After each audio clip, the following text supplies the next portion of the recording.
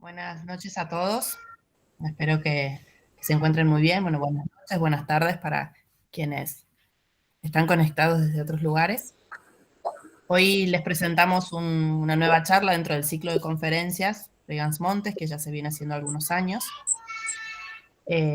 Como ustedes saben, algunos nos conocen, otros quizás no.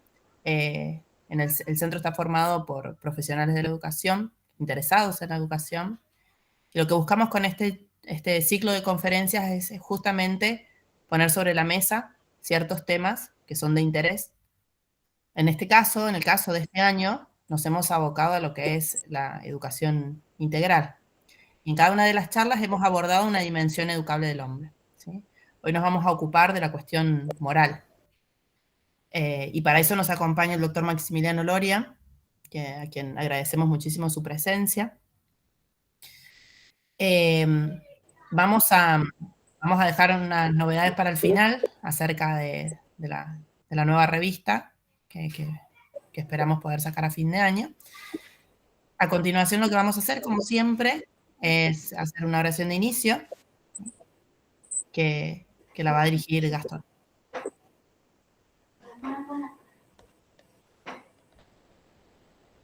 Lo que pedimos en esta oportunidad es que apaguemos los micrófonos, cada uno, Gastón verbaliza la oración y los demás lo hacemos con micrófono apagado. En el nombre del Padre, y del Hijo, y del Espíritu Santo. Amén. Acordaos, oh castísimo esposo de la Virgen María, y amable protector mío San José, que jamás se ha oído decir que ninguno haya invocado vuestra protección e implorado vuestro auxilio, sin haber sido consolado. Lleno, pues, de confianza en vuestro poder, ya que ejercisteis con Jesús el cargo de Padre, vengo a vuestra presencia y me encomiendo a vos con todo fervor. No desechéis mis súplicas, antes bien acogedlas propicio, y dignaos acceder a ellas piadosamente. Amén. San José, ruega por nosotros. Santo Tomás de Aquino, ruega por nosotros. Del Padre, del Hijo, del Espíritu Santo. Amén.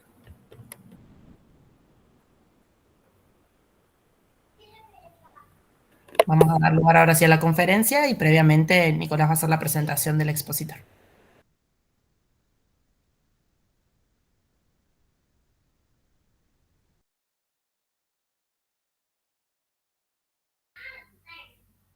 Nicolás, tenés el micrófono apagado. Perdón. El doctor Maximiliano Loria es argentino-italiano, actualmente reside en Perú. Es profesor en filosofía por la Universidad Nacional de Mar del Plata y doctor en filosofía por la Universidad Nacional de Lanús. Actualmente se desempeña como docente en la Universidad Católica de San Pablo, entre otras en la Cátedra de Filosofía Moral. Además, se desempeña como docente en la Universidad Nacional de San Agustín, dictando el curso de Doctrinas Éticas Contemporáneas de la Maestría en Ética y Política. Es docente en la Universidad Finisterre de Chile, de Santiago de Chile, dictando el curso de Desorden de la Facultad Racional. Y se desempeña como docente en la Universidad Gabriela Mistral de Santiago de Chile, dictando la asignatura Teoría Moral de la licenciatura en Filosofía. En esta oportunidad nos brindará la conferencia Pensar y actuar como Aristóteles, posibilidades y desafíos de una perspectiva moral.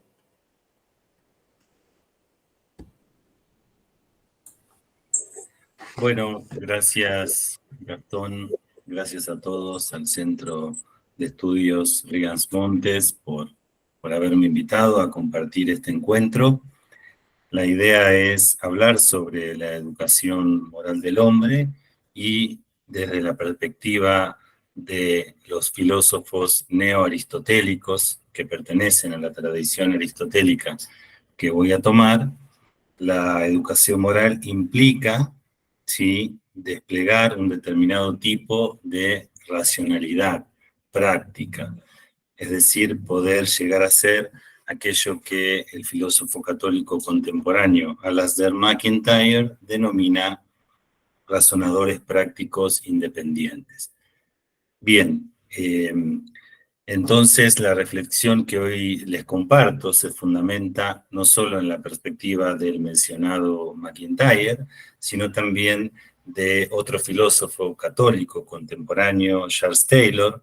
Ambos defienden la posibilidad de una ética realista afincada en bienes objetivos que en absoluto dependen de la valoración subjetiva de las personas, de los agentes. Junto a las críticas y propuestas de estos dos filósofos, me serviré también de una tesis fundamental de otro filósofo, digamos así, comunitarista, denominado Michael Sandel, que defiende el desafío de un modo de entender el obrar moral, también con un fuerte carácter comunitario, sustentado en los principios de la moral aristotélica. Si no conocen a estos filósofos, los recomiendo vivamente. Son autores que, en algún sentido, con un lenguaje no aristotélico, no escolástico, defienden, obviamente, los principios de la moral aristotélica. Siguiendo al propio MacIntyre, hoy les propongo comprender la ética como aquella disciplina filosófica que nos brinda herramientas conceptuales y prudenciales. ¿Para qué? Para realizar una suerte de tránsito desde aquello que somos a lo que podríamos llegar a ser si desplegáramos las mejores posibilidades de nuestra naturaleza. En términos contemporáneos, podríamos decir que la ética nos auxilia para que, a partir de aquello que hoy somos, podamos desplegar nuestra mejor versión.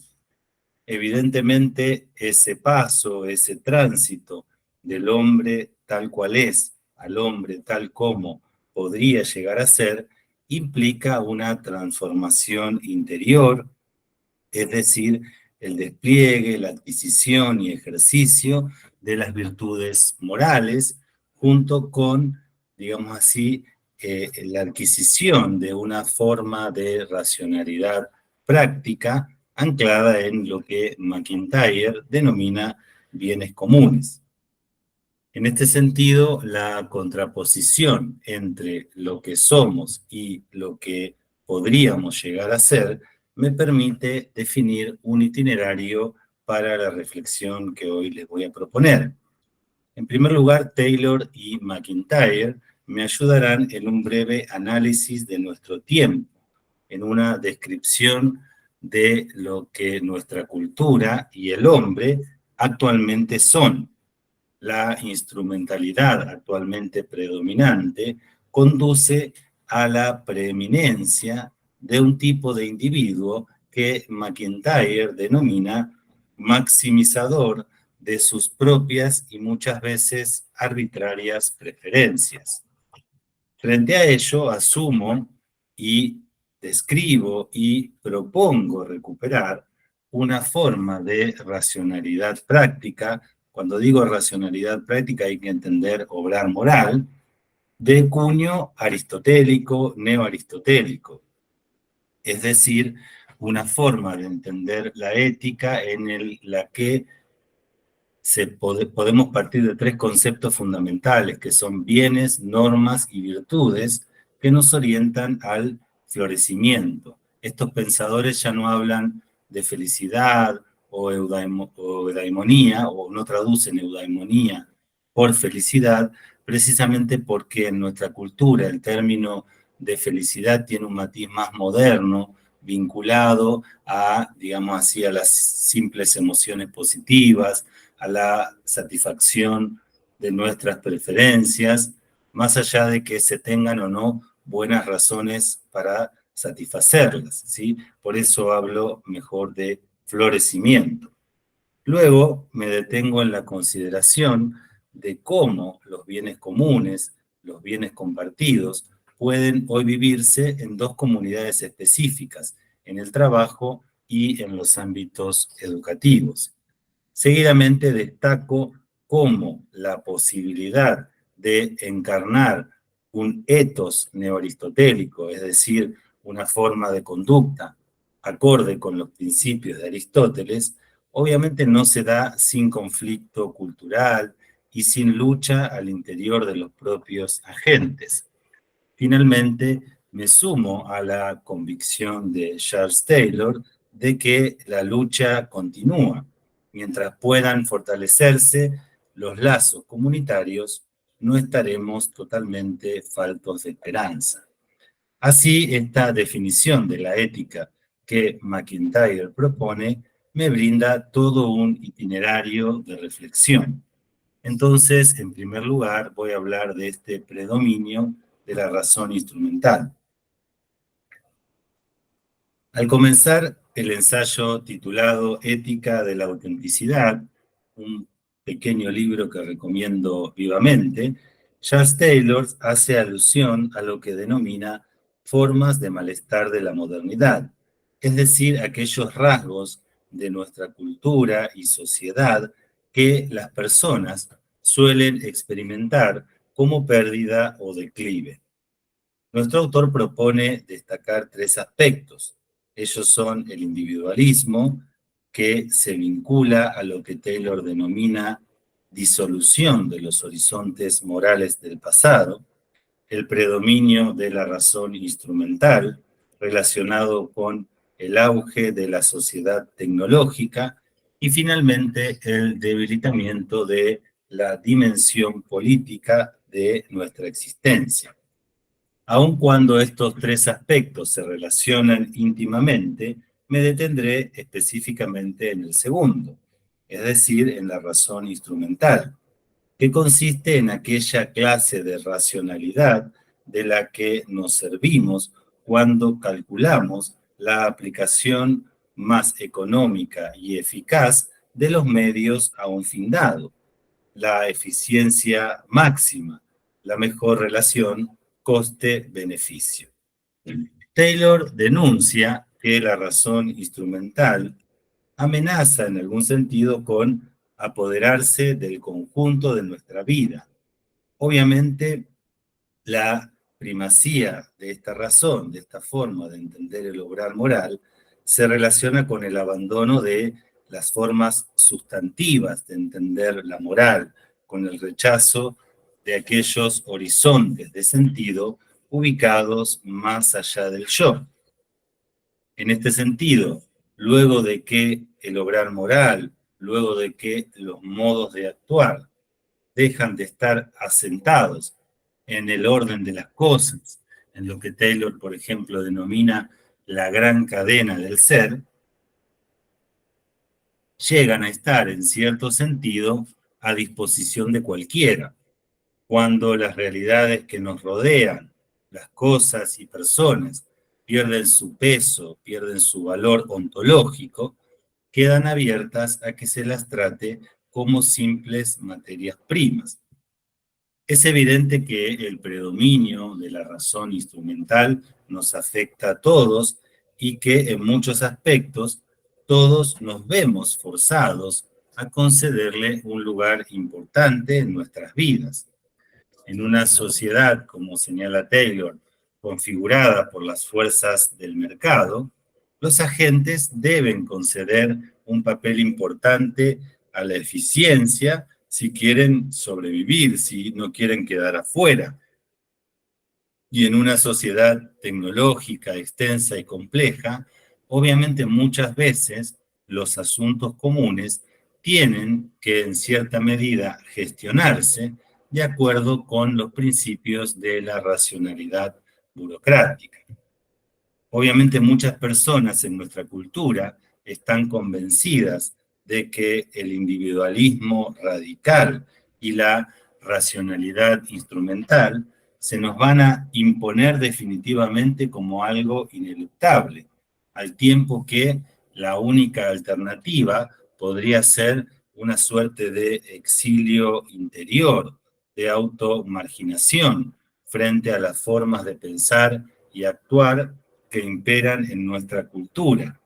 Hago una nota a pie de página. Hace un tiempo se publicó un libro, que seguramente lo conocen, que se llamó The Benedict Option, la opción benedictina, y este autor, que es un periodista estadounidense, decía un poco que la solución de nuestra cultura pasaba por aislarse en comunidades, como de alguna manera en el contexto de las invasiones bárbaras, Europa pudo sobrevivir a partir de la opción de San Benito, ¿no? de formar comunidades.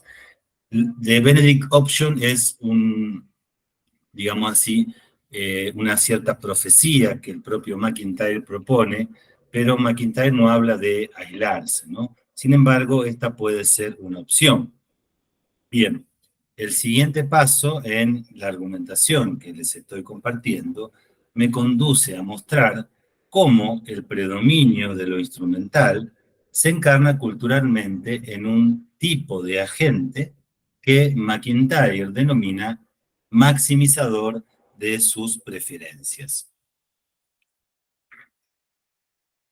En el capítulo 4 de su último libro, Ética en los conflictos de la modernidad, MacIntyre describe la concepción de racionalidad práctica implícita en el orden dominante. Cuando digo racionalidad práctica parece un término técnico, pero lo que hay que tener en cuenta acá es cómo las personas corrientes piensan sobrar en términos morales, en términos prácticos.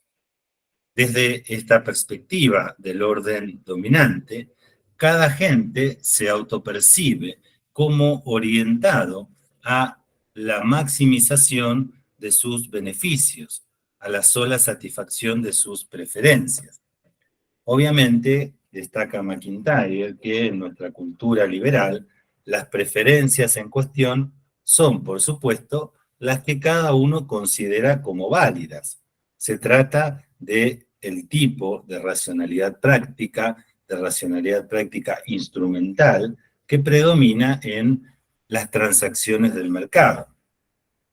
Aún así, MacIntyre nos advierte sobre, digamos así, un posible malentendido. La equivocación de pensar que alguien que simplemente actúa para maximizar sus preferencias, actúa siempre y necesariamente de modo egoísta. ¿Por qué no hay que pensar esto? Bueno, porque las preferencias de una persona pueden ser de carácter altruista y también pueden incorporar una cierta medida de autosacrificio. Sin embargo, un principio parece como imponérsenos. Desde la perspectiva de la racionalidad práctica actualmente dominante, buena parte del comportamiento humano no económico, no mercantil, incluyendo muchos aspectos, por ejemplo, de la vida familiar, dice MacIntyre, se puede explicar también con esta racionalidad instrumental, es decir, según los parámetros de costes y beneficios. Además, MacIntyre destaca que estos maximizadores racionales de sus propias preferencias siempre se presentan ante los demás como personas íntegras y dignas de confianza, sobre todo con todos aquellos con los que real o potencialmente pueden entablar relaciones beneficiosas. En términos clásicos, Aristóteles diría la amistad fundada en la utilidad. Sin embargo, estas personas, que vamos a ver también podemos ser un poco todos nosotros, asumen esta máscara solamente mientras consideren que el no acatar determinadas restricciones morales puede poner en peligro sus proyectos. Su racionalidad particular, su forma de pensar y obrar, les exige descartar estos límites cuando las circunstancias les muestran que no corren ningún peligro si los rechazan. Dichos agentes no tienen ninguna razón para considerar a las personas de las cuales no esperan obtener ventaja alguna, en tanto que, entre comillas, solo buscan maximizar el retorno de sus inversiones, no tienen razón alguna para considerar a los excluidos, mucho menos para sentirse responsable de ellos.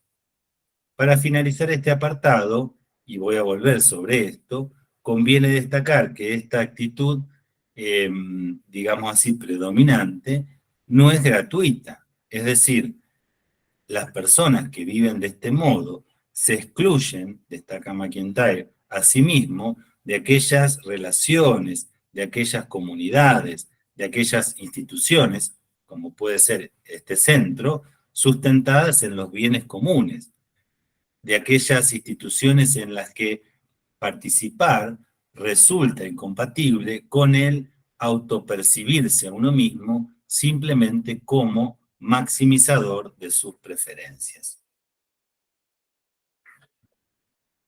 Ahora sí voy, digamos así, a un punto clave de la argumentación que hoy les propongo, que es esta racionalidad aristotélica, neoaristotélica, acorde con la visión cristiana, acorde con los principios tomistas.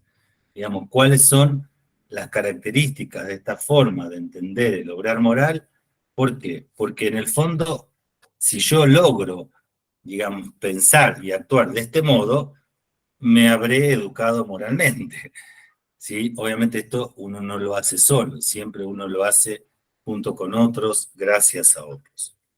Bien, entonces, la afirmación de un tipo de racionalidad predominante, el particular modo de discurrir de aquellos que priorizan los bienes del mercado, no excluye la emergencia del disenso, la lucha por encarnar una forma de racionalidad más acorde con la naturaleza comunitaria de los seres humanos siempre es posible.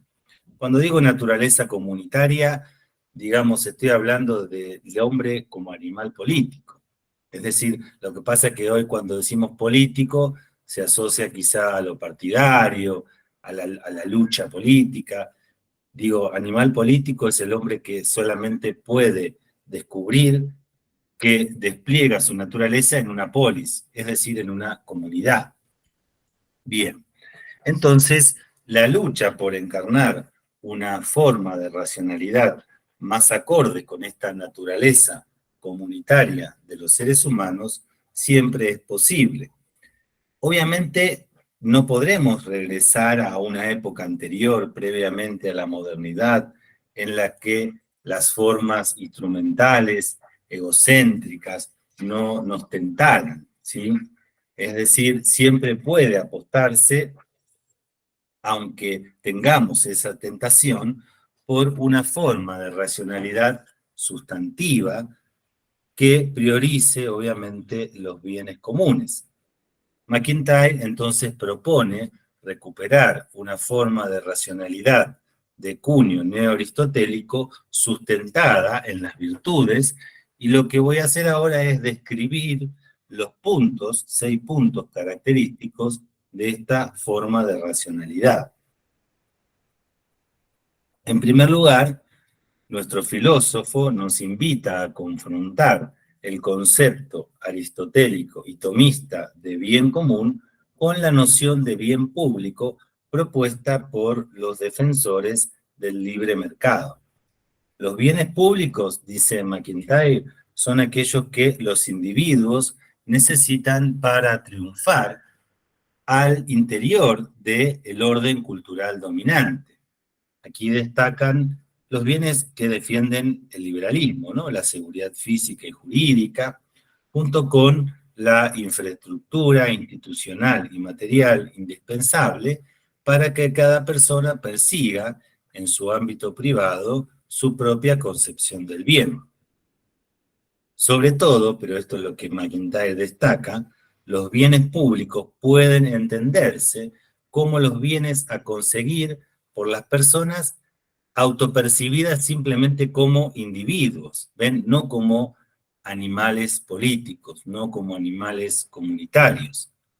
Obviamente que para conseguir estos bienes públicos se necesita la cooperación, pero ya hablé que la cooperación, ¿sí?, se mantenía sola mientras uno no se perjudicara con eso. Si podía, digamos así, pasarse por alto la moral, estas personas, digamos, no tienen en cuenta los principios de la cooperación, de la moralidad, ¿sí? En contraposición, los bienes comunes son aquellos que las personas obtienen y disfrutan en tanto miembros de una comunidad. ¿Ven? Este encuentro que nosotros hoy compartimos es un bien común, es la búsqueda compartida respecto de la verdad en un aspecto determinado de nuestra vida, que es la búsqueda de la excelencia moral. MacIntyre refiere particularmente a los bienes de la familia, la escuela, el ámbito laboral y la ciudadanía. Luego me detendré, como dije, en lo referido a la educación y el trabajo. Asimismo, MacIntyre destaca que este modo de concebir nuestro actuar se mantiene vivo hoy mismo al interior de muchas comunidades intermedias, como puede ser este centro, que son capaces de mantenerse un poco al margen del orden cultural dominante y sus instituciones. Por ejemplo, en su último libro, MacIntyre describe una comunidad de trabajadores de la pesca en Jutlandia, que supo resistir cooperativamente y a partir de liderazgos virtuosos los embates de las grandes empresas multinacionales que no solamente atentaban contra su producción, sino también y fundamentalmente contra el modo en que ellos concebían el trabajo y la vida. Pero obviamente las tensiones no solamente aparecen en las pugnas políticas, económicas y sociales cotidianas, sino también al interior de nosotros mismos como agentes, como personas que actúan. En tanto, hijos de este tiempo, obviamente frecuentemente actuamos según los parámetros de la instrumentalidad dominante, mientras que en otras circunstancias abrazamos o intentamos abrazar una forma de obrar moral que no piensa exclusivamente en términos de aquello que Taylor denomina egoísmo de la autorrealización. Obviamente ninguno de nosotros escapa del todo a la condición de tener una vida un poco compartimentalizada, ¿sí? Voy a tratar de volver, si me queda tiempo, sobre este punto. La mencionada entonces brecha de racionalidades se torna consciente cuando las personas se enfrentan a un conflicto de deseos y como consecuencia de ello se cuestionan sobre lo que es bueno hacer, ¿no? La brecha de racionalidades me refiero a la racionalidad instrumental y a la racionalidad de los bienes comunes. Las personas que procuran vivir según esta perspectiva neoaristotélica, que procuran vivir en definitiva siguiendo los mandatos del sentido común, los mandatos de una filosofía realista enteramente acorde con la visión cristiana, actúan movidos por el propósito de alcanzar bienes reales, no solo aquellas realidades que por influencia de alguna pasión desordenada, se nos aparecen como tales. De este modo, la primera nota de la racionalidad no aristotélica, la distinción entre bienes públicos y bienes comunes, ¿sí?, me conduce a una segunda nota de esta racionalidad sustantiva que se expresa en la capacidad de las personas para diferenciar entre bienes reales y bienes aparentes. Obviamente, el poder diferenciar entre bienes reales y bienes aparentes está estrechamente vinculado a nuestro carácter. La posesión y ejercicio de las virtudes conlleva la transformación de nuestro conjunto motivacional, de modo que aquello que en un principio podían ser razones que solo nos motivaban de manera externa, que se veían como una imposición contraria a nuestros deseos, ahora, si adquirimos las virtudes, se convierten en razones internas para la acción. MacIntyre explica esta transición como el paso de desear una cosa A cualquiera y pretender que el deseo de A sea satisfecho simplemente porque uno así lo quiere, el paso de ese primer momento, a querer que el deseo de A, cualquier cosa sea satisfecho, solo en la medida en que A es realmente lo bueno y lo mejor. Insisto en que las virtudes nos permiten identificar los verdaderos bienes que en cada situación particular se muestran, ¿sí?, como bienes auténticos, y esta capacidad implica la consecución de las virtudes como aptitudes de carácter imprescindibles para conseguirlos. En síntesis, un agente racional neoaristotélico actúa como lo hace no simplemente porque desea tal cosa, ¿sí?, sino porque tiene una buena razón para hacerlo. Y tener una buena razón para actuar de un modo en lugar de otro implica obrar movido por la consecución de un bien real y no de un bien aparente. Vamos ahora a la tercera característica. Una tercera característica de esta forma de racionalidad se pone de manifiesto en el lugar que se da a las normas. Ya dije que la ética neoaristotélica es una ética de bienes objetivos, jerárquicamente anclados en la naturaleza, de virtudes, pero también es una ética de normas, ¿sí? Entonces, lo que ahora conviene destacar es que para obrar de manera correcta es preciso obedecer aquello que Santo Tomás, MacIntyre, ¿sí?, denominan ley moral natural. Sin embargo, ningún conjunto de prescripciones universales determina por sí mismo cómo responder correctamente. A diferencia de lo que sucede con la ética kantiana, que nos exige obedecer imperativos de carácter categórico sin importar las consecuencias, la moral aristotélica nos dice que sus preceptos no han de cumplirse siempre y necesariamente, sino la mayoría de las veces. Es decir, la justicia me exige devolver lo prestado, pero puede haber una ocasión en que no sea prudente devolver lo prestado a su legítimo dueño. Yo en mis clases siempre doy este ejemplo de que escucho a mi vecino me prestó un rifle para salir de casa con Z, y de repente lo escucho discutir vivamente con su señora, y viene todo así medio despeinado y me dice, devolveme el rifle que te presté. Bueno, Kant diría que es mi deber devolverlo prestado siempre y necesariamente, y que se acabe el mundo, no importa.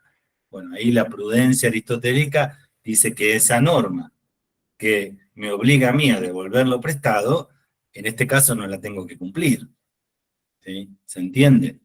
Entonces, por sí solas, las reglas no bastan para determinar cómo hay que obrar.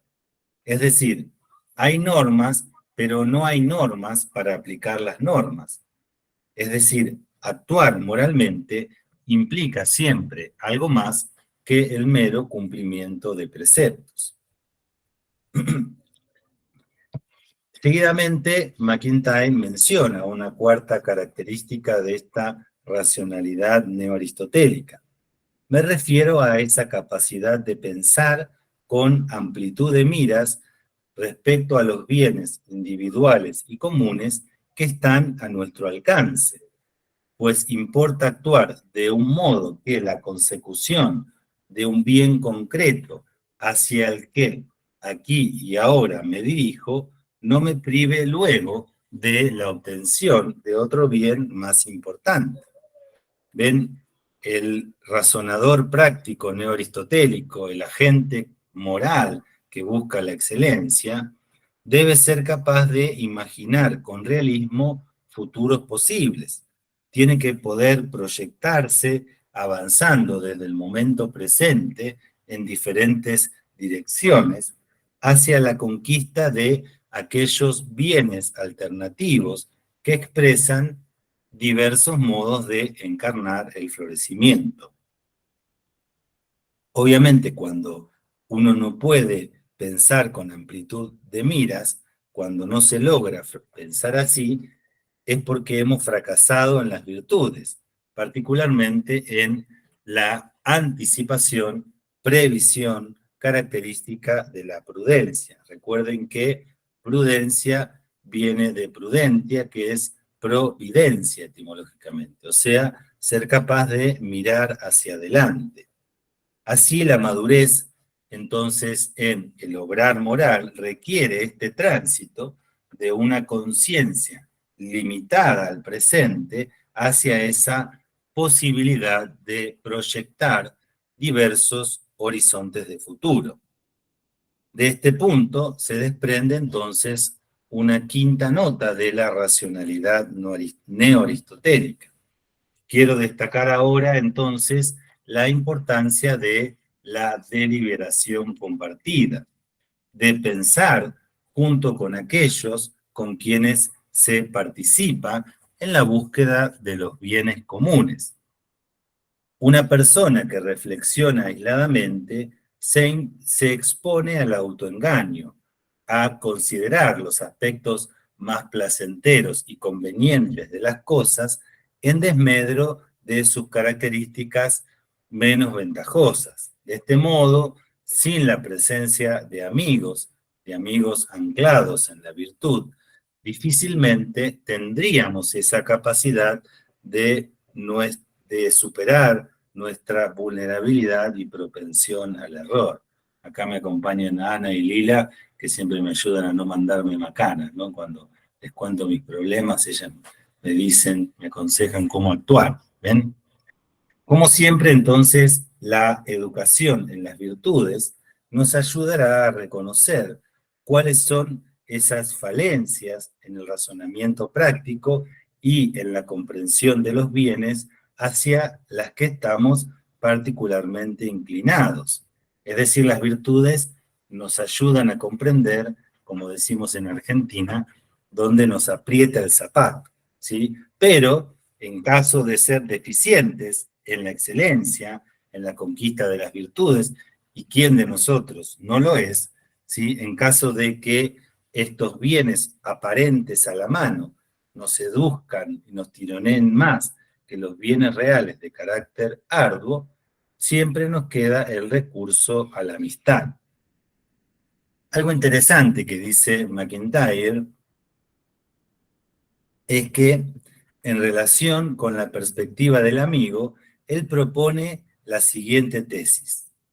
Una persona moralmente madura, lo que él denomina un razonador práctico independiente, un agente neoaristotélico, puede confiar en sus decisiones cuando, dice él, la perspectiva en primera persona, es decir, lo que pienso que tengo que hacer, está abierta y resulta informada por la perspectiva en tercera persona de otros agentes en los que se puede confiar razonablemente. ¿Ven? Cuando digo de otros agentes en los que se puede confiar razonablemente, no me refiero a compinches que me digan que está bien todo lo que tengo ganas de hacer, ¿no? El verdadero amigo es aquel que me dice, mira, esto, como decimos los argentinos también, estás meando fuera del tarro, ¿no? Bien, entonces, digamos, la perspectiva en primera persona tiene que ser complementada por esa perspectiva en tercera persona de otros en los que se puede confiar. Cuando realizamos elecciones en las que hay mucho en juego, tenemos que ser capaces de entendernos a nosotros mismos como otras personas honestas, perceptivas, inteligentes y perspicaces, esperemos que haya muchas, nos ven y nos entienden. Finalmente, aquí una sexta característica de la racionalidad neoaristotélica. El ejercicio cotidiano de esta forma de racionalidad tiene que ser percibido como una manera de orientarse progresivamente hacia la conquista de aquel bien superior que completa nuestras vidas, Ser razonadores prácticos competentes conlleva discernir cómo se integran los diversos aspectos y relaciones de cada rol que todos asumimos, ¿no? Somos padres, somos esposos, somos hijos, somos hermanos, somos profesores. Cómo se integran estos diversos aspectos y relaciones en una vida única, en una vida que se unifica en torno al concepto de bien supremo, de fin último para los seres humanos. Entonces, este telos de una vida buena, de la orientación a Dios como bien infinito, se convierte así en la medida de los demás bienes, en criterio supremo para el ejercicio de la racionalidad práctica. Bien, hasta aquí, digamos así, el punto central de la exposición que hoy estoy compartiendo con ustedes. ¿Cómo debería actuar una gente que piensa moralmente en términos de Aristóteles, de Santo Tomás, acorde con la visión cristiana? Pero vayamos a desglosar en concreto un poquito más esta racionalidad de los bienes comunes.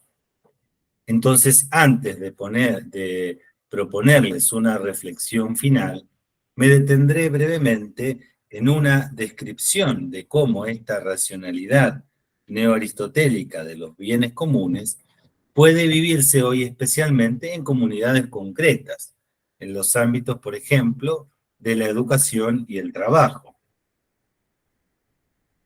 MacIntyre insiste en que la preocupación por los bienes comunes no será realmente efectiva si no se asume el cuidado concreto de los bienes de la familia, la escuela y el trabajo. El hogar, las instituciones educativas y los entornos laborales son aquellos ámbitos privilegiados en donde los bienes comunes tienen que ser identificados y perseguidos. Entonces voy a hablar brevemente de los bienes comunes de la educación. En el ámbito de la educación, MacIntyre destaca que los profesores que asumen esta racionalidad de los bienes comunes lo hacen cuando consideran el bien de sus estudiantes como su bien predominante. Complementariamente, los estudiantes deben comprender que su progreso en cada área de estudios es, además de un avance personal hacia la excelencia individual, deben comprender que es además un progreso comunitario, pues junto con otros se aprende, por ejemplo, a definir tareas, a resolver problemas y a sobreponerse junto a otros en la búsqueda de la verdad y de soluciones compartidas frente a los conflictos. Cuando se practican entonces las virtudes, se da una complementación dialéctica entre el progreso individual en las prácticas escolares, universitarias, y en la conquista de los bienes comunes. ¿Cuándo se da una mala educación? MacIntyre señala que se da una mala educación cuando los profesores se concentran de manera más o menos exclusivas en que los estudiantes simplemente adquieran habilidades profesionales sin problematizar, sin pensar cuáles deberían ser los fines a los que dichas capacidades deberían servir. Y destaca, y los profesores lo hacen incluso peor, cuando se concentran exclusivamente en aquellas habilidades para las que hay como una fuerte demanda en el mercado laboral, antes que en procurar que sus estudiantes desplieguen, desarrollen las virtudes propiamente humanas. Este enfoque obviamente es la expresión de una voluntad de preparar a los estudiantes simplemente para que ocupen su puesto en el mercado laboral, de modo que simplemente sirvan a los fines del crecimiento económico. Obviamente es verdad que una de las funciones de la educación es preparar a los estudiantes, dice McIntyre, para un futuro oficio, pero ellos estarán mal preparados cuando su educación constituye solamente y exclusivamente una preparación para la profesión futura. Desde esta perspectiva, se piensa simplemente en los niños, en los jóvenes, como individuos que están llamados simplemente a aportar sus habilidades al mercado. La educación de sus deseos, de sus preferencias, de los bienes y fines propiamente humanos hacia los que deberían dirigirse, se considera que no forma parte de su instrucción educativa. Eso en el mejor de los casos, porque obviamente ahora asistimos, digamos, a la proliferación de ideologías totalmente contrarias a la naturaleza humana que también se proponen como bienes a perseguir. Bien, brevemente voy a hablar de cómo esta racionalidad de los bienes comunes se encarna ahora en lo que es la perspectiva del trabajo. Respecto, entonces, a los bienes comunes del trabajo, conviene destacar que estos bienes se alcanzan, dice McIntyre, a partir de la producción de objetos, de bienes y servicios que contribuyan al bien de la comunidad, por medio de la búsqueda de la excelencia en la propia tarea productiva. Los trabajadores, dice él, deben hacer suyo el propósito de fabricar un producto excelente a partir de buscar su propia excelencia en el proceso de fabricarlo. A su vez, tienen que experimentar que aquello que realizan o el servicio que brindan, de algún modo refleja su espíritu y además está al servicio de algo que está más allá que la mera supervivencia. Dice McIntyre que los trabajadores tienen que percibirse como miembros de una comunidad en la que las voces de todos sean escuchadas y reconocer que los criterios de su acción no son totalmente impuestos por la ganancia económica de quienes dirigen las empresas o por las exigencias del mercado, lo cual no implica que todo sea una asamblea o que sea una democracia o que no haya nadie que tenga que mandar, ¿no? Eso son otra cosa diferente. Pero el trabajo humano, dice él, debe configurarse de un modo que contribuya a un proyecto de bien común. McIntyre no rechaza el hecho de que el trabajo deba ser económicamente productivo, como no rechazaba el hecho de que debía formarse a los estudiantes para que sean eficaces, ¿sí?, en, digamos, conseguir un empleo que les permita vivir dignamente. Eso no. Pero insiste entonces en la necesidad de procurar un equilibrio virtuoso entre la rentabilidad en lo que se hace y el propósito de brindar un servicio excelente o fabricar un producto que sea de calidad. Para quienes viven la racionalidad neoaristotélica de los bienes comunes, ¿sí?, para quienes priorizan los bienes comunes, en ocasiones será preciso subordinar los mayores niveles de rentabilidad al bien de realizar un producto excelente. Pero el criterio de, obviamente, rentabilidad a corto plazo, muy propio, dice él, de las economías avanzadas, es en verdad enemigo de la búsqueda de la excelencia por medio del trabajo. En nuestro presente, señala él, los centros laborales en general se organizan de tal modo de que el trabajo ejecutado por las personas no pase nunca de ser una serie de medios efectivos, eficaces, en términos instrumentales de costo y beneficio, para simplemente llevar adelante los fines impuestos de mayor productividad y rentabilidad. El valor del trabajo, dice él, está casi exclusivamente sí establecido por los mercados, y muchas son las personas que en nuestra cultura, dice él, movidas solo por la paga, realizan determinadas actividades que de ningún modo harían. ¿sí? Vayamos ahora entonces al desafío de crear comunidades.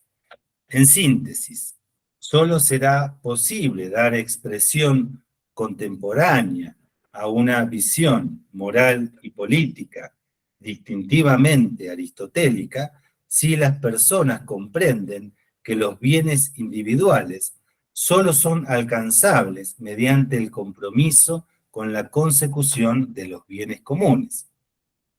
Pero como he intentado mostrar, el desafío de crear y sostener comunidades fundadas en los bienes comunes requiere actitudes y procedimientos muy distintos de los que hoy predominan en nuestra cultura. Esas actitudes no son una política de negociación entre intereses en competencias, sino una deliberación compartida, donde todas las voces son escuchadas, ¿sí? Y no se hace, como nos enseña el Evangelio, acepción de personas. Una deliberación compartida, fundada en el consenso sobre los bienes humanos fundamentales y en el reconocimiento de la autoridad objetiva de los preceptos de la ley natural. Por lo tanto, se abre la posibilidad, vuelvo a lo que guió toda digamos, el diálogo que estoy compartiendo con ustedes, a la contraposición entre dos tipos de entender el obrar moral. El instrumental, el que predomina más en nuestra cultura, y el tipo de obrar moral más afincado en convicciones realistas, de ética sustantiva, de bienes, normas y virtudes, ¿sí? Entonces tenemos una contraposición entre dos tipos de agencia, pero nosotros, ¿sí? Al ser hijo de nuestro tiempo y en cada una de nuestras comunidades reales, sucede que muchas veces emergen estos dos tipos de experiencias sociales. En cada una de ellas se encuentra, dice McIntyre, la misma fractura, la misma antítesis. Por un lado se encuentran los agentes que están dirigidos hacia los bienes comunes, comprendiéndose a sí mismos no como individuos, sino como esencialmente miembros de aquellas comunidades que dan sentido a sus prácticas y a su vida. Estos agentes deliberan junto con otros sobre cómo actuar para conseguir el bien común. A su vez, las personas que cultivan las virtudes alcanzan a comprender que cuando se actúa en pos del bien común, de los bienes comunes del trabajo, de la comunidad escolar, de la familia, también se actúa por el bien propio. Por otro lado, están aquellos para quienes los bienes de las comunidades, la familia, la escuela y los ámbitos del trabajo son percibidos simplemente como medios a través de los cuales abrir su paso, ¿sí? McIntyre habla de vínculos de reciprocidad y relaciones de poder, relaciones de subyugación, que muchas veces, ¿sí?, se abren paso al interior de nuestras comunidades. Para las personas que viven de este modo, obviamente la posibilidad de maximizar sus preferencias dependerá en buena medida de su poder y su riqueza, pero sus elecciones cotidianas solo manifestarán una expresión de sus deseos de carácter subjetivo. Las personas del primer tipo se constituyen como agentes racionales a través de sus deliberaciones compartidas acerca de los bienes comunes y sobre cómo otorgar a cada bien concreto el lugar que realmente merece en sus vidas. Los individuos del segundo tipo se realizan como agentes aprendiendo astutamente cómo implementar sus preferencias en las particularidades del mundo social. Los primeros se entienden como agente para quienes sus relaciones sociales son esenciales para la constitución de su identidad. Los segundos se entienden como sujetos cuyas relaciones sociales simplemente expresan facetas de carácter contingente de su personalidad. Sin embargo, no hay que plantear esta historia como buenos y malos. ¿Por qué? Porque sería peligroso pensar que estos dos modos de pensar y de vivir contrapuestos en la sociedad contemporánea siempre son característicos de personas diversas, pues en nuestras sociedades, para muchas personas, ¿sí?, algunas facetas de sus vidas expresarán comportamientos de la primera clase, mientras que en otras comunidades expresarán comportamientos acordes con la segunda. En este sentido, siguiendo a Sandel, y es la primera vez que lo tomo, propongo fortalecer un sentido comunitarista de los entornos educativos y laborales. Es preciso que las personas conciban su identidad como definida, no totalmente, pero sí al menos en una cierta medida importante, por aquellas comunidades familiares, laborales, escolares, de las que forman parte. Ben Sandel destaca que la comunidad no solo es aquello que las personas tienen, sino también y especialmente lo que las personas son.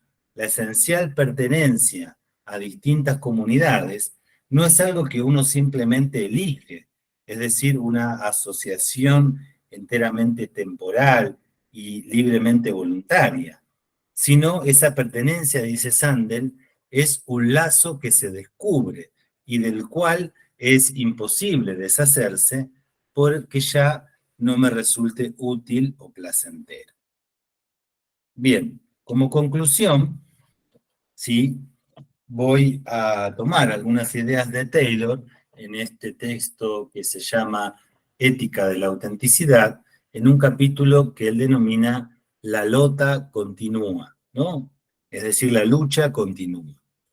El rodeo argumental de mi exposición, entonces, me permitió describir en primer término una concepción de la ética como esa disciplina que brinda al hombre las necesarias herramientas conceptuales y prudenciales para que pase de lo que es a lo que podría ser, para que logre su mejor versión. Seguidamente procuré mostrar cómo el actual predominio de una forma de racionalidad profundamente instrumental condujo a una forma de entender el actuar en la que destacan, con McIntyre lo vimos, individuos que simplemente se autoperciben como maximizadores de sus preferencias subjetivas.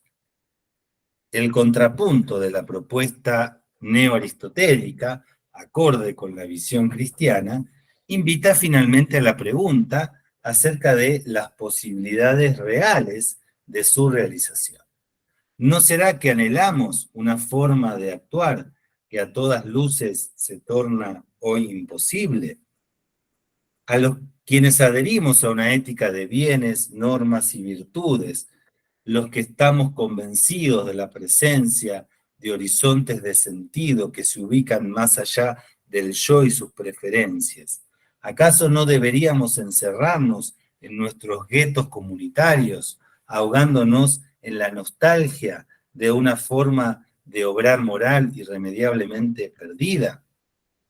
Frente a ello, Taylor sostiene que si las formas egocéntricas, instrumentales, de racionalidad realmente nos encerraran en una jaula de hierro, entonces no habría más nada que decir, ¿sí?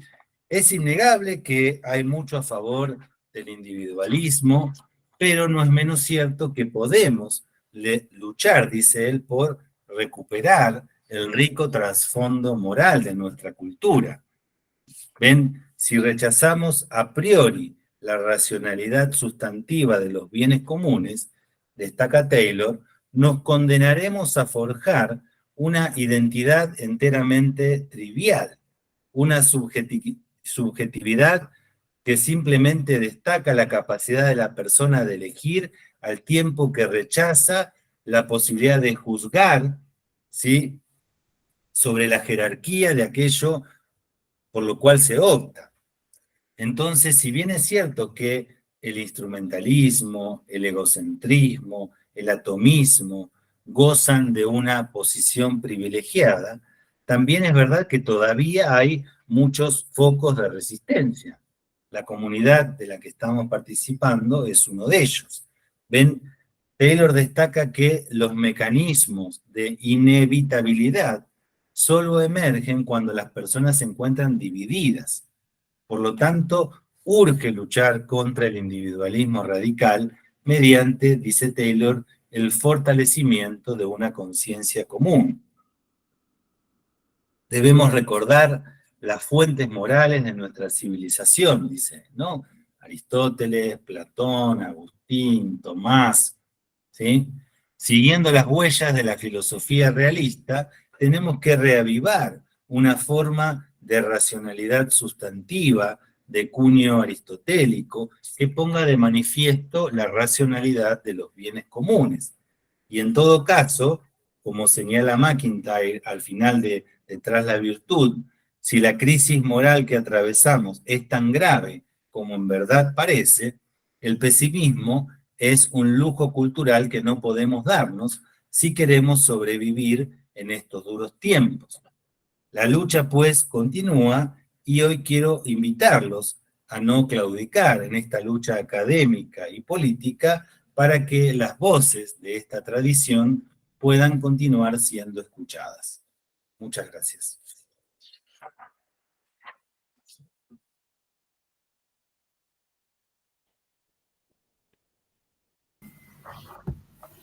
Muchas gracias, Maximiliano. La verdad es que, bueno, si estuviéramos presencial creo que podríamos aplaudir. La verdad es que, bueno, en lo personal agradezco muchísimo la charla. Me hizo pensar la situación, digamos, desde otro lugar. Y creo que cada una de las diapositivas que iban pasando dan para hablar largo, ¿no? Esto es una síntesis, muy buena síntesis. Así que, bueno, en lo personal muy agradecida. Y vamos a dar lugar a las preguntas. Nico va a moderar. En la medida que vayan teniendo preguntas, pueden levantar la mano o abrir su micrófono directamente. Bueno, no, gracias a ustedes por la invitación y por permitirme compartir esto que pienso brevemente, ¿no? Digo, MacIntyre, Sandel, Taylor, son pensadores que, digamos, procuran recuperar una tradición sustantiva de comprender el obrar, la moral y la política, pero lo hacen con un lenguaje que realmente cuestiona a las personas de hoy, ¿no? Y creo que esa es una de nuestras tareas fundamentales. No hablar en un lenguaje que solamente nos escuche aquellos que ya están convencidos de lo que nosotros vamos a decir, ¿no? MacIntyre dice, por ejemplo, que debemos seguir defendiendo los principios de Santo Tomás en un lenguaje no tomista, ¿no? Lo cual conlleva una tarea hermenéutica sumamente desafiante, pero creo que es válido hacerlo, ¿no? Perdón, es que a partir de lo que comentaste me vino a la mente eso. Sí, te agradezco el comentario porque aparte yo creo que siempre está, al menos creo que también es uno de los desafíos del centro, esto, ¿no? De que lo hablábamos por ahí por audio, el llegar a otras personas que quizás no tienen ni idea de esta situación o de estos autores y demás, y poder llegar también ahí, ¿no? Porque si no nos pasa esto, nos terminamos encerrando y no llegamos a otros lugares, que en definitiva también es la misión del cristiano. Sí, claro, sí, sí, sí. Estar en el mundo sin ser del mundo, Exacto, ¿no? tal cual. Bueno, muchísimas gracias, doctor. Si alguien tiene alguna pregunta, puede levantar la manito ahí en el icono o si también desea, puede escribir por el chat.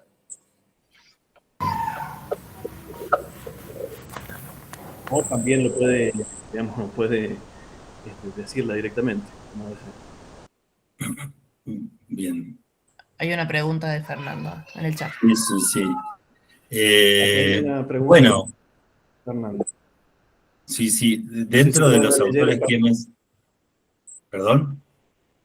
sí, perdón. No sé si todos leyeron la pregunta. Fernando Ah, pregunta qué libro nos recomendaría para introducirnos a esta ética neotomista. bien. Bueno, dentro de los autores que he compartido con ustedes, por ejemplo, el libro de Sandel, Justicia, Hacemos lo que debemos, es un libro muy interesante porque él reflexiona sobre los diferentes modos de concebir la moral desde la perspectiva de la justicia que a lo largo de la historia se han dado, y obviamente defiende una concepción aristotélica de la justicia. Dentro del propio MacIntyre, obviamente Tras la virtud, y su último libro, Ética en los conflictos de la modernidad. Después de Taylor, ¿cómo se llama? Las fuentes del yo, es un texto arduo, difícil, pero también muy enriquecedor para comprender nuestro tiempo y para defender esta forma de ética de carácter sustantivo. ¿Ven? Y después, por ejemplo, claro, volver a autores que ya son más clásicos, como Joseph Pieper, ¿no? Digamos, las virtudes fundamentales de Pieper, la realidad y el bien. Autores más clásicos como Pieper, que también tienen un lenguaje muy afín, muy comprensible para nuestro tiempo. También Joseph Pieper es un autor al que yo vuelvo permanentemente. Bien, bueno, creo que con eso un poco ya tienen para empezar.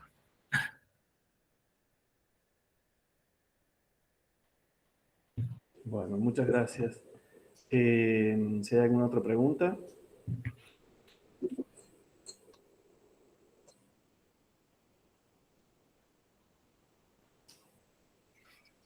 Bien, yo no sé si es una pregunta o por ahí un comentario. Me llamaba la atención, aprovecho que por ahí nadie levanta la mano, levanto la mano yo. Esto que usted decía de el espacio de lucha, del que hablaba hacia el final, ¿no? Como invitación, usted mencionó el libro de la opción benedictina, ¿no? Un poco Sí. ahí que, digamos, de alguna manera llama a un encierro, digamos. Pensaba mientras usted hablaba de este espacio de lucha, hay como una tensión así, en el sentido de que si bien uno puede tener esa intención de no encerrarse, ¿sí? De alguna manera el medio es como que si uno pregona una ética, ¿no? El medio nos va como buscando aislarnos, ¿no? No sé qué. Bueno, usted mencionaba también esto de las comunidades, de no quedar divididos, dijo algo de eso, ¿no? Parece que eso pensaba cómo romper ese obstáculo de que cómo el medio social nos está aislando cada vez más, digamos, casi que sin quererlo uno termina como quedando aislado. Sí, sí, bueno, comparto lo que decís. Ahí yo creo que hay que buscar un equilibrio prudencial. Los seres humanos necesitamos de este tipo de comunidades donde se viva bajo la égida de una concepción del bien del hombre que sea compartida, donde uno tenga verdaderos amigos que nos acompañen en esta búsqueda de la excelencia moral y en términos cristianos de la santidad, pero también obviamente tenemos que comprometernos por dar esa lucha cultural para que las voces de esta tradición filosófica y teológica perenne también sigan siendo escuchadas, y también tener la capacidad de reconocer la verdad que puede haber en aquellos que no piensan como nosotros, ¿no? Si hay algo que yo siempre valoré de Santo Tomás, es que Tomás siempre partía de lo que había de verdad en el discurso del otro, y a partir de esa verdad procuraba llevar a su interlocutor a la verdad completa. Ninguna ideología prende en la sociedad si no tiene algo de verdad. Entonces, el desafío es tratar de ver, bueno, ¿qué hay de verdad en aquellos que no piensan como nosotros, ¿no? Y a partir de ahí, de esa verdad que nosotros creemos que ellos han podido vislumbrar, lo que pasa es que han absolutizado, ¿no? C.S. Lewis, que seguramente ustedes lo conocen, en un otro texto que recomiendo vivamente, que se llama La abolición del hombre, dice que las ideologías son como una rebelión de las ramas contra el árbol, ¿no? En el fondo, Lo que hacen las ramas, que son parte del árbol, que son parte de la verdad, es pretender absolutizarse y desprenderse del árbol, con lo cual, dice él, no se dan cuenta que si logran realmente eso, van a terminar, por eso la abolición del hombre, autodestruyéndonos. Pero las ramas, que son las ideologías, forman parte del árbol, ¿no? Digo, ninguna idea prendería si no se anclara en algo, en un aspecto de verdad, y nosotros tenemos que ser capaces de ver aquello que hay de verdad en el discurso del otro y obviamente con las personas que quieren dialogar, ¿no? Uno tiene que discernir entre aquellos que no piensan como nosotros, entre aquellos que sinceramente buscan la verdad y los que simplemente buscan imponer ideologías, frente a aquellos que viven, digamos, simplemente defendiendo ideologías por intereses non santos, ¿no? Frente a aquellos que, digamos, no están abiertos a la posibilidad del diálogo y en el fondo a vivir bajo la égida de la razón, como yo le digo a mis estudiantes, me quedan dos cosas, o me voy y me callo o me cago a trompadas, porque no, digo, no hay un tercer punto, ¿sí? Entonces,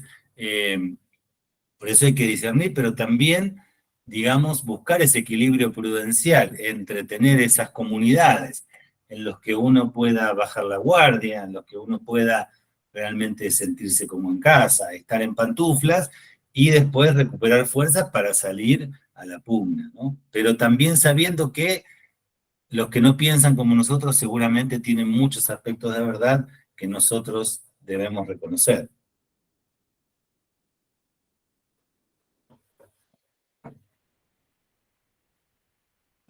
Interesante eso que usted dice de buscar lo que hay en verdad en lo que los demás puedan llegar No a me digas usted decir. que me hace sentir más viejo.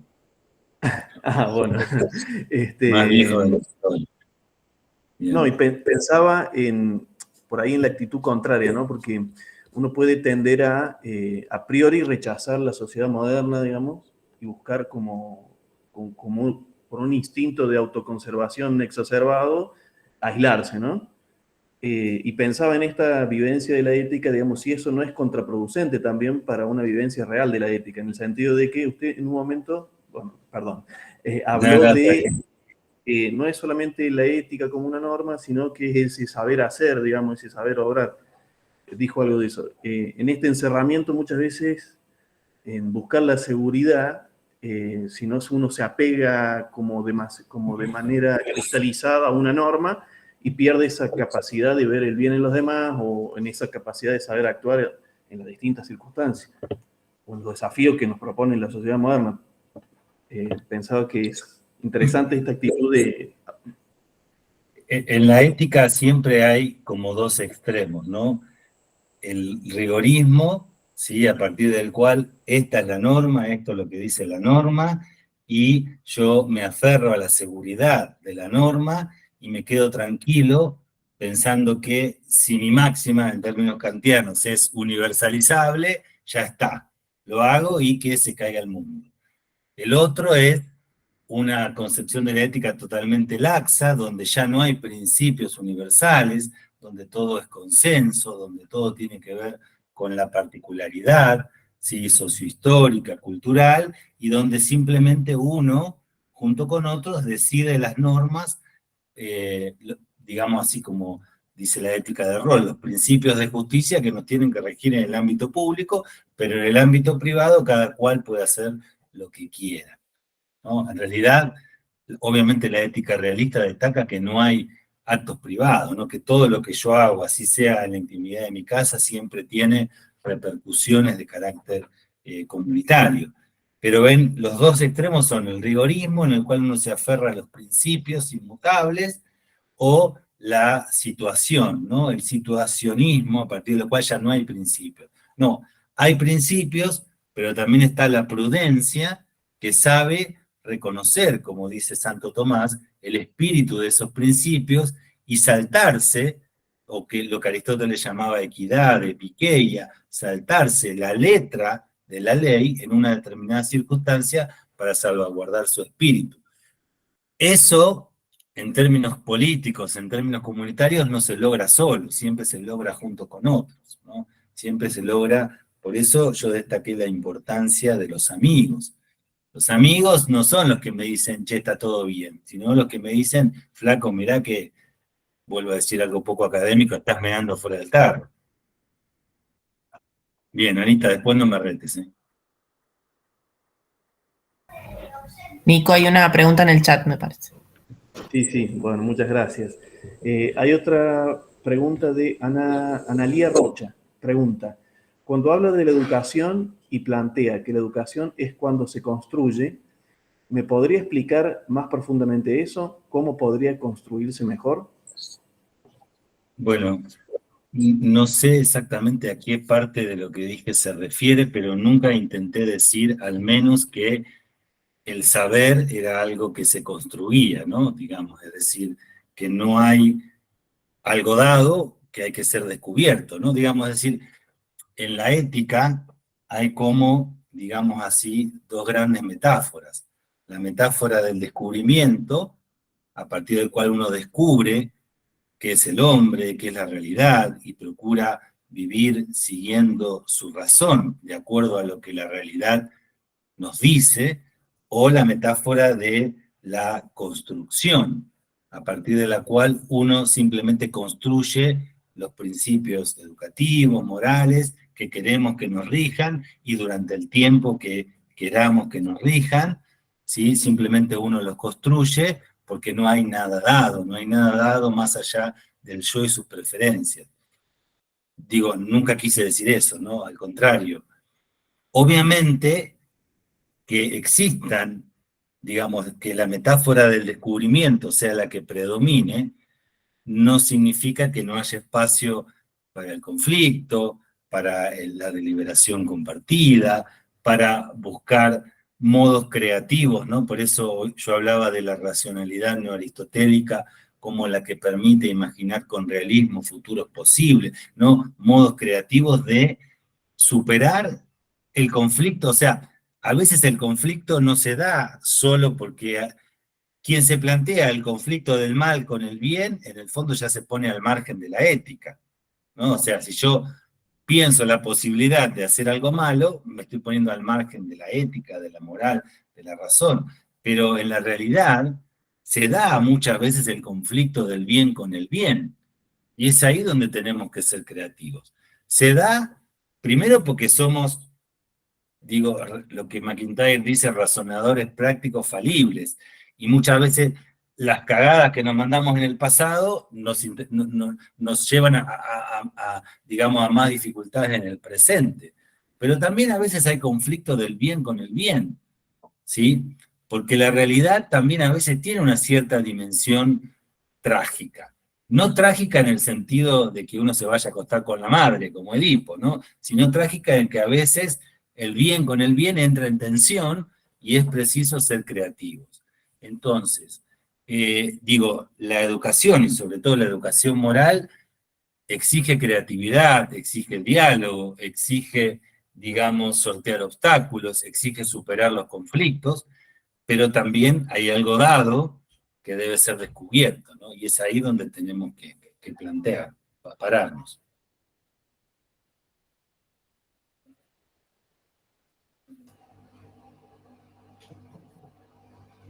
Bueno, muchas gracias, dice Analía. Y Osvaldo García ha levantado la mano. Osvaldo. Sí, buenas tardes, buenas noches. Un comentario respecto a lo que escuchaba, a lo que comentaba el profesor sobre los bienes reales y bienes aparentes, y sobre la comunidad fundada en los bienes comunes. Yo pensaba cuál es importante los bienes comunes materiales o tangibles como los intangibles. Y pensaba que solo hace 10 o 15 años atrás, por ejemplo, en las provincias, la gente cerraba a mediodía, cerraba un par de horas para ir a almorzar a la casa, compartir con su familia, lo que hacía que el consumidor también hiciera lo mismo, compartiera con su familia. ¿Qué pasó? Empezaron a llegar las multitiendas, las grandes cadenas comerciales, los cuales no cerraban, y obligó a que la gente, a que toda una comunidad cambiara su sistema de vida, o se acomodaba, o las tiendas que lamentablemente quebraban. Entonces, mi consulta es, ¿Es el costo de vivir en una sociedad moderna o es algo que se podría revertir?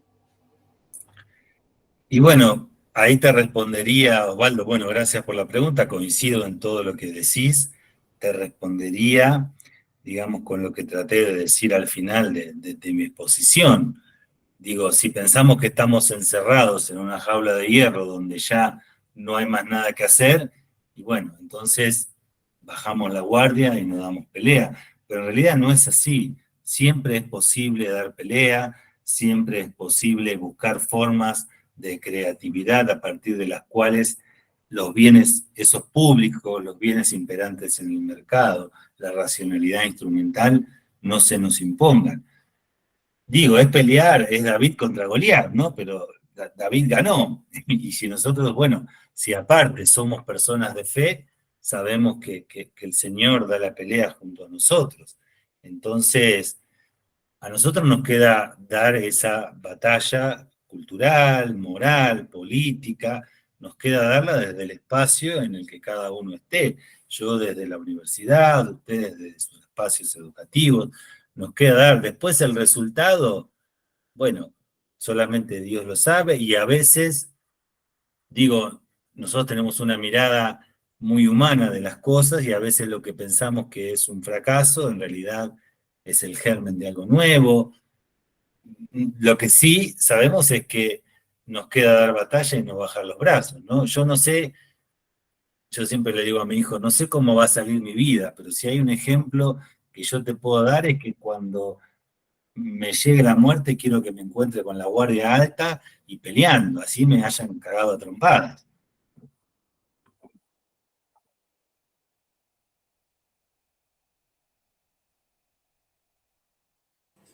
Bueno, muchas gracias. No sé si hay alguna otra pregunta.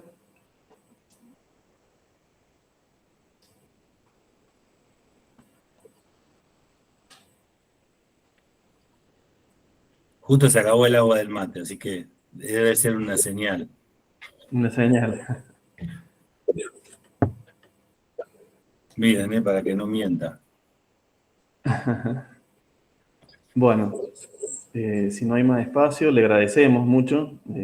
Yo personalmente, bueno, me uno a lo que decía Marianela. Ha sido muy linda su charla, así que agradecemos mucho. No, bueno, yo también agradecerles a Ana, a Marianela y bueno, a Lila que me acompañó ahí pasándome las diapositivas. Y nada, si creen que puedo ser valioso en algo, estoy a disposición de ustedes. Bueno, aprovecho, Maxi, también para saludarte, para agradecerte, porque bueno, sabemos todo el trabajo que tenés y todas las clases que das y bueno, todo el tiempo que invertís en la universidad. Así que de verdad, muchísimas gracias por este tiempo y también a todas las personas que han participado, porque en definitiva, bueno, también de alguna manera, si no tuviéramos público, no se podrían hacer estas conferencias. Así que, bueno, también agradecer a todos los que siempre participan. Y también queremos aprovechar para comentarles que, bueno, entre varias de las actividades que tenemos como centro de estudios, una es esta, las conferencias, y otra es la revista Aquinas, que, bueno, hemos abierto hace nada una nueva convocatoria para el número 8 de la revista, así que también los invitamos para que puedan escribir. Bueno, nos lo pueden mandar al correo que tenemos de la revista, que es aquinas.edición@gmail.com. Y bueno, hasta el 10 de noviembre va a estar abierta la convocatoria, así que también los invitamos para que puedan participar y bueno, también dar testimonio y justamente mostrar todo lo que uno ha aprendido, lo que uno sabe y lo que tiene para dar a los demás. Así que bueno, también comentarles que posiblemente la próxima semana ya esté la conferencia subida en nuestro canal de YouTube, que se los he dejado más temprano ahí en el comentario, pero bueno, si no pueden buscar en YouTube CEE, o sea, Centro de Estudios Educativos Rigans Montes, y ahí encuentran todas las conferencias anteriores y también esta, ¿no? Así que bueno, agradecerles a todos nuevamente y los esperamos en la próxima conferencia.